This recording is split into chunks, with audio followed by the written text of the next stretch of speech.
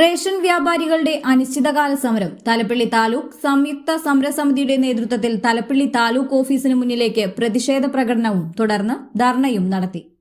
സമരസമിതി ചെയർമാൻ പ്രതീഷ് അപ്പു അധ്യക്ഷത വഹിച്ചു. സമരസമിതി കൺവീനർ കെ സേതുമാധവൻ ധർണ ഉദ്ഘാടനം ചെയ്തു. പ്രതിഷേധ പ്രകടനത്തോടെയാണ് ധർണ തുടങ്ങിയത്. സെബാസ്റ്റ്യൻ KP ഏവർക്കും സ്വാഗതം പറഞ്ഞു. KK Ramachandran, AC Nisha, V Sreedharan, Kannan ചേറ്റുട്ടി എന്നിവർ ആശംസകൾ നേർന്ന് സംസാരിച്ചു. VR ബാലാജി ഏവർക്കും നന്ദി പറഞ്ഞു.